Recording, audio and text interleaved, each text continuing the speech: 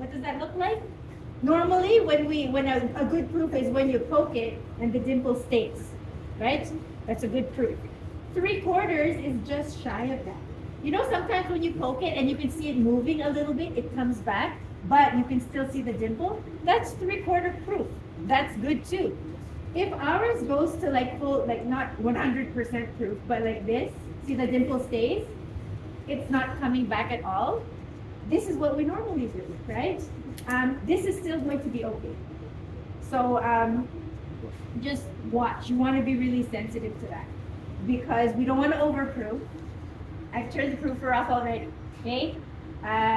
Yours didn't go in as early as mine, but also mine has been sitting at room temperature for 30 minutes or so, and it's still okay. So no panic, but something to be mindful of. Laminated yeasted dough can be proofed 3/4. In industry, sometimes like not everyone knows how to do this skill, right? You might have a pastry shop, and to hire somebody that knows how to do this is going to cost money. Maybe you can only afford like a teenager that knows how to use the oven. In which case, you can get this product like final shape and proof. Like they call it pre-proof frozen. So you bring it in, it's already been like proofed, 3/4 proof. They put it in the blast freezer. Like blast freezer is -40. So that freezes in an instant. And as soon as it freezes, they package it and they ship it away. So you can buy it in that form. In which case, you can tell your teenager, hiree, to just bake it in the oven. Right? You can bake it from frozen. You can also shape it, final shape it, like how we did yesterday, and stick it in the freezer. We stuck it in the fridge because we're just baking it today. Right? We're proofing baking it today.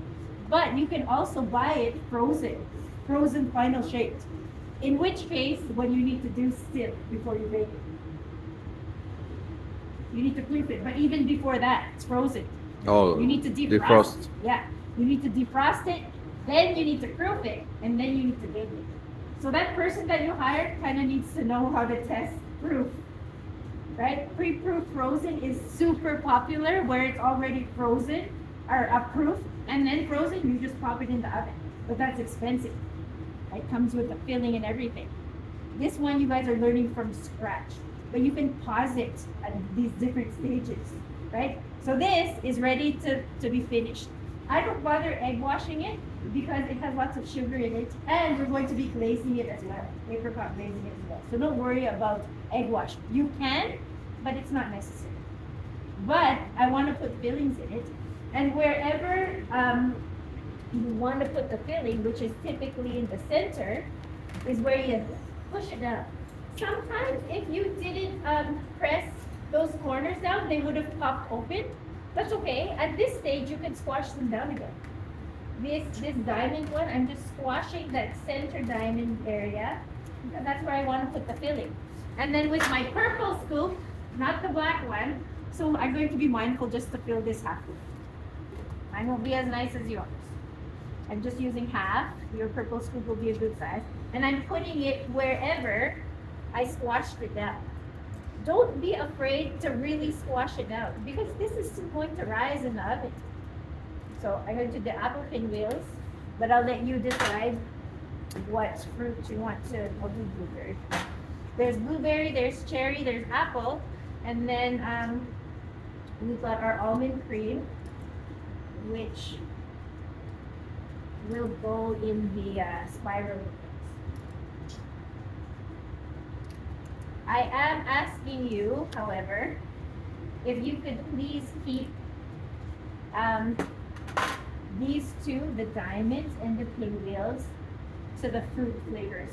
It doesn't matter, this could be apple, right? But keep these to the fruit flavors. And then this one should be the apricot. I pulled out some apricot. Don't forget to dry it. You don't want to paste it. Leave it a little dry. And then in these pockets, I'll put the cream cheese filling that you guys are making now. I'm going to put that in first.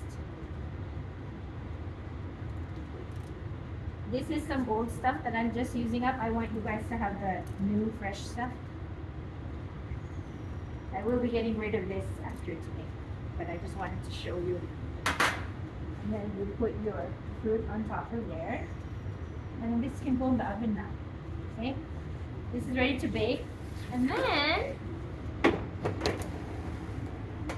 this one, the spiral, please keep this almond. You give this a squash. Get it in the center where you want it.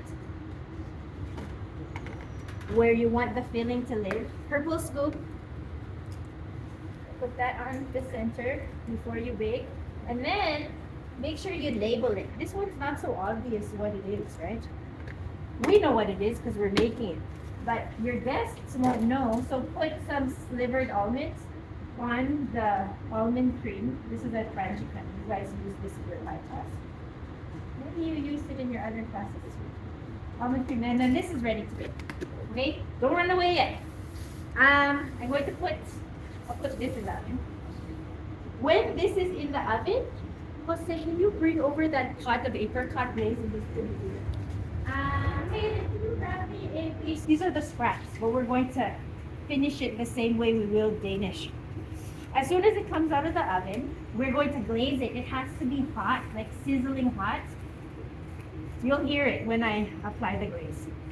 So, okay, maybe it's not sizzling. Well, there. You hear that? Right? Apply the glaze now while it's really, really hot. As soon as it comes out of the oven. You guys can glaze on that wooden table over there.